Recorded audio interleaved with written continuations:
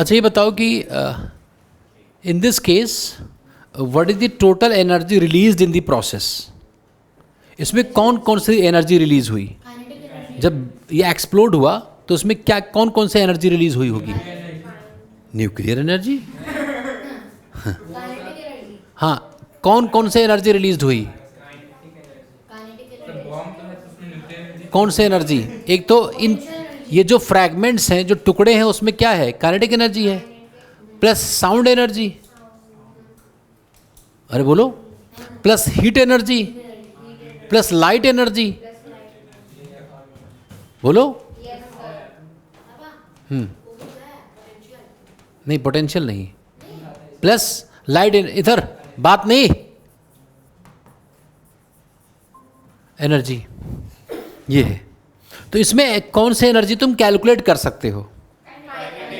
ये तो कैलकुलेट नहीं कर पाओगे, ये भी नहीं कर पाओगे, ये भी नहीं कर पाओगे, ठीक? तो ये कैलकुलेट, तो क्या कैलकुलेट कर सकते हो कितना एनर्जी रिलीज हुई? कितनी एनर्जी रिलीज हुई? 3 पार्ट्स हुए, एक का मास कितना था? कितनी स्पीड से चल रहा था वो? हाफ mv² प्लस इतना ही दूसरा भी इंटू v² प्लस तीसरे का मास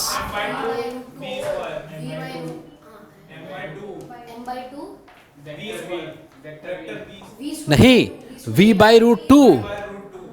क्या कह रहे हो तुम लोग? उसकी स्पीड कितनी थी? थर्ड फ्रैगमेंट यही तो थी, यही आ गया। तो कितनी अब इसको ऐड कर दो तो इतनी काइनेटिक एनर्जी रिलीज हुई। तो देखो इसमें कॉमन क्या है भाई? 1/2 और m, इतना तो कॉमन ही है, सब में है। यहाँ क्या बचा? 1/4। यहाँ क्या बचा? यहाँ क्या बचा है?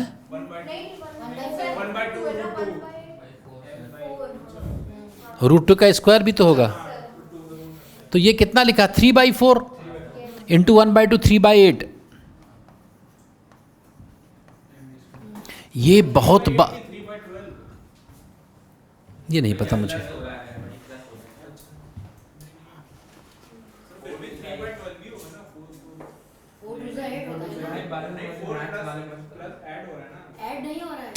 अरे इस 1/4 प्लस 1/4 प्लस 1 3/4 होगा ना?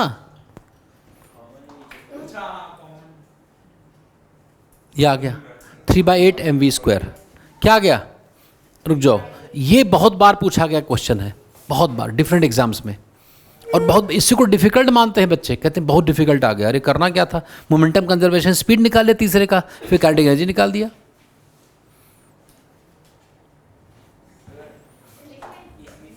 हाँ लिखना है। हाँ हाँ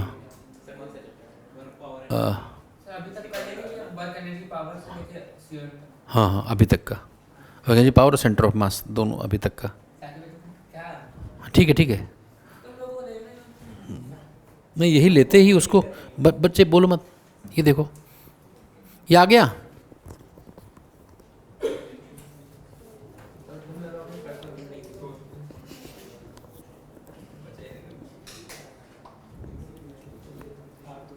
अरे ये समझे कि नहीं?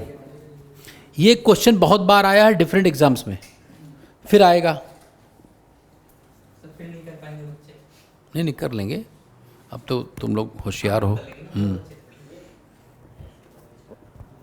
देखो हो गया, अरे हो गया, अपने आप लिख लो, इसमें क्या करना है। अब देखो दूसरा एग्जाम्पल, हाँ,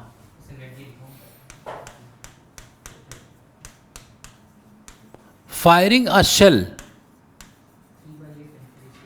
from a cannon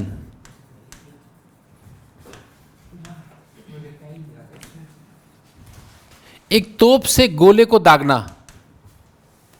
firing a shell from a cannon, Bofors is a cannon, Indian artillery की बहुत एफिशिएंट कैनन है बोफोर्स। देखो देखो समझो बात को बच्चे, देखो ये ग्राउंड है, इधर समझो बात को, ये ग्राउंड है ठीक है भाई। यहां से एक शेल को फायर किया गया किसी एंगल पर, थीटा एंगल पर, यू स्पीड से, तो शेल प्रोजेक्टाइल में जाकर गिरेगा यहां कहीं टेररिस्ट के कैंप पर। अब यहां से ऐसा गिरेगा, मान लो मिड एयर में एक्सप्लोड कर गया, ये जा रहा था, मान लो हाईएस्ट पॉइंट पर पहुंचा, एक्सप्लोड कर गया 2 पार्ट्स में, यहां पर एक्सप्लोड कर गया, यहां था, क्या हो गया, एक्सप्लोड वहीं कर गया। अरे ऊपर फेंकते हैं ना रॉकेट, वो एक्सप्लोड कर जाता है, एक्सप्लोड कर गया। तो उसमें से एक पार्ट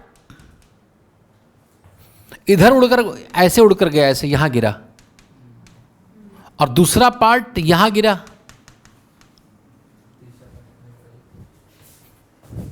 ये समझे बात? नहीं, 2 ही पार्ट्स में हुआ ना।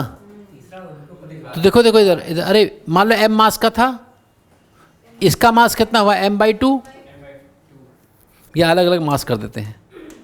मान लो ये m/4 मास है और ये 3m/4 है,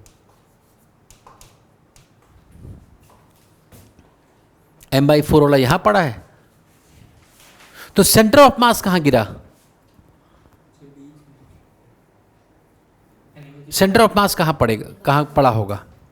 रुक जाओ, इधर देखो, पहले समझो। ये पहले पार्ट की ट्रैजेक्टरी ये है, पाथ ये है। अरे जो एक पार्ट है इधर इधर ऐसे आया ना, बोलो, और दूसरा पार्ट यहां आया, ऐसे आके गिरा। सेंटर ऑफ मास का पाथ क्या होगा? यही पाथ होगा जो ओरिजिनल पाथ होता। ये जो एक्सप्लोजन है वो इंटरनल फिनोमेना है कि एक्सटर्नल फिनोमेना है? तो इंटरनल, एक्सटर्नल कोई फोर्स तो लगा नहीं एक्सप्लोजन, नहीं, उसके बाद, इसके बाद, इसको फायर करने के बाद, तब तो इंटरनल फिनोमेना है। तो इंटरनल फोर्सेस कभी भी सेंटर ऑफ मास को इफेक्ट नहीं कर सकते, चेंज नहीं कर। तो अगर ये एक्सप्लोड ना करता तो सेंटर ऑफ मास यही तो जाता। अरे अगर एक्सप्लोजन नहीं होता तो सेंटर ऑफ मास ऐसे जा रहा था कि नहीं? अभी भी वैसे जाएगा, क्योंकि सेंटर ऑफ मास को तो कोई फर्क पड़ेगा नहीं एक्सप्लोजन से। तो सेंटर ऑफ मास का पाथ क्या होगा? Original path as in the case of unexploded shell. तो यहां लिखना हमें कि, लिखो इसको फिगर बनाने के बाद,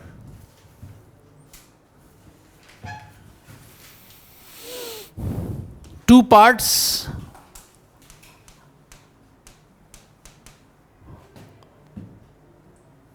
follow different paths,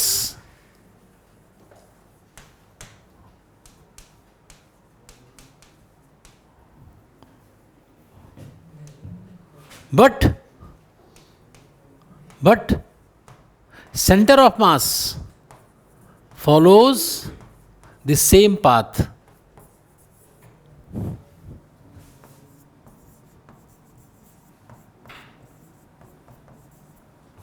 As if unexploded,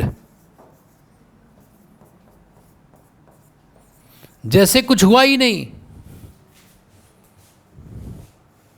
यही पूछते हैं कि सेंटर ऑफ मास का पाथ बताओ, तो original path, centre of mass यहीं आकर गिरा होगा, सेंटर ऑफ मास से पक्का यहां गिरा होगा। क्योंकि क्या है इसका रीज़न, क्या है? क्योंकि एक्सप्लोजन क्या हुआ, इंटरनल फिनोमेना, बाहर से कोई फोर्स आया नहीं। तो बाहर कोई फोर्स नहीं आया तो सेंटर ऑफ मास के स्टेट में कोई चेंज। अब बना लो ये फिगर, ये लिख लो। अब इस पर क्वेश्चंस कैसे बनते हैं देखो।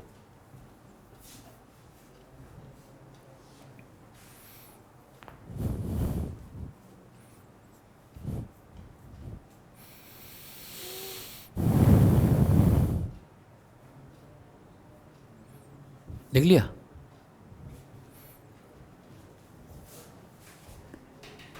देखो बच्चे, अच्छा इस डिस्टेंस को क्या कहते थे? रेंज। फॉर्मूला याद है?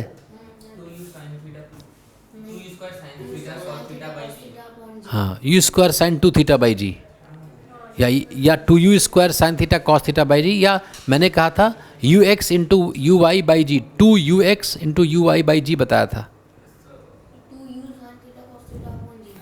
2ux इंटू UI/g बताया था, ये मैंने कहा था याद रखना। देखो इधर ये रेंज इतना दूर जाकर गिरा। अब देखो इधर बच्चे, सेंटर ऑफ मास यहाँ पड़ा हुआ है। अब मान लो फायर किया गया कहीं शेल से और वो शेल एक्सप्लोड कर गया, उसका एक पार्ट हमें यहाँ गिरा हुआ मिला। कितना दूर? हमें यहाँ से मान लो ये R/4 दूर जाकर गिरा। कितना मास वाला? तो जहाँ से फेंका गया था वहाँ से कितना दूर गिरा आदित्य? ये वाला मास तो कितना होता है? अरे कैलकुलेट क्या करना, 5R/4, 5R/4 तो ये पड़ा है। अब सारे जो मिलिट्री वाले वो परेशान है कि दूसरा पार्ट कहाँ गिरा, तो फिजिक्स वाले के पास आए। वो बहुत ढूंढा जंगल में ढूंढना आसान थोड़े है। इधर ढूंढते रहे वो। उसने कहा रुको अभी बताता हूँ, पेन पेपर लाओ। उसने कहा कितना माइनस कर दें इसका, ये कितना दूर है यहाँ से? नहीं रुक जाओ हाँ रुक जाओ ये नहीं नहीं, ये कितना गिरा नहीं पता ना? तुम क्या करो, रुक जाओ उसकी बात मैं समझ रहा हूँ। ये कितना है मुझे निकालना है, मैं क्या करूँ बताओ? सर मैं कहने मतलब जितना टोटल रेंज है ये हाँ उसमें वैसे ये R/4 माइनस कर देना है। क्यों? ये R/4 है क्या? नहीं तो क्यों माइनस करूँ? रुक जाओ उसको बताने दो बेटा, उसकी बात कंप्लीट हो जाए। ये कितना है सही गिवन ही नहीं है। तब क्यों घटा रहे हो? R/4 तो वो गिरा है। नहीं समझे बात मेरी? सर मैं ये कह रहा था अगर M/4 मास का R/4 पे आ रहा है तो यूनिटरी मेथड से तो नहीं, यूनिटरी मेथड कोई मत लगाना, हर जगह नहीं लगता है। अगर तुम मान लो 100 नंबर का पेपर है, तुम हर दिन 2 घंटे सेल्फ स्टडी करते थे तो तुम्हारे 80 नंबर आ रहे थे 100 में। अब तुम 4 घंटे करने लगे तो यूनिटरी मेथड से कितने नंबर आने चाहिए? 160 नंबर आने चाहिए। हर जगह यूनिटरी मेथड नहीं लगता है। पर सर वो लिमिट तो हो जाएगी 100 ना, तो 100 आएंगे ये पता नहीं नहीं, 160 आने चाहिए ना ऐसे यूनिटरी मेथड से तो, अगर उतने का हो। और तब भी नहीं गारंटी है कि 100 आएंगे। इसलिए हर जगह यूनिटरी मेथड जब तक ना कहा जाए ना, ऐसे नहीं लगाना है। अब कैसे लगाएंगे अभी तो मैंने बताया। इधर देखो बच्चे, ये बताओ एक्स सेंटर ऑफ मास का फॉर्मूला क्या होता है? व्योम एक्स सेंटर ऑफ मास का फॉर्मूला M1 और x1 M1x1 plus M2x2 plus M1 plus M2। दो ही है ना यहाँ तो, यही तो। हमें लिखो मत बेटा, मुझे बताओ जो लिखना है। तो हमें क्या करना है देवेंद्र इसमें? रुक जाओ, देखो सेंटर ऑफ मास कितना दूर जाकर गिरा है। अरे सेंटर ऑफ मास कहाँ है तो पता ही है ना, कहाँ है? R है। M1 M/4 कितना दूर है? 5R/4 प्लस दूसरे का मास, जिसका जो टुकड़ा मुझे निकालना है उसका मास कितना है?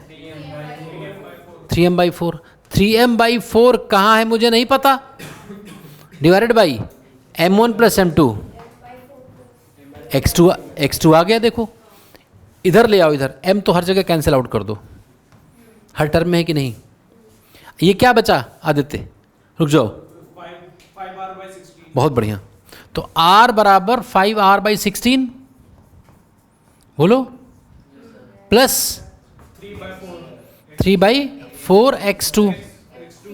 तो r माइनस 5R/16, 3/4 x2 क्या आ गया? r माइनस 5R/16 तो कितना आएगा? 11R/16। तो ये 4 से 16 कट गया, तो x2 कितना आ गया? 11R/ हैं ये तो नहीं, अरे 12, 11R/12 भाई। अरे 3 4 के साथ मिला, R से कम होगा ना। यहाँ पर पड़ा हुआ है दूसरा, मैं बता दूंगा कि जाओ इतना ही दूर पड़ा है उठा लाओ, जाके ले आएंगे वो। वहाँ ढूंढ रहे, इधर जंगल में ढूंढ रहे थे पागल, इधर ढूंढना है। हाँ ना एक्सप्लोजन हो, अभी क्या है हेडिंग?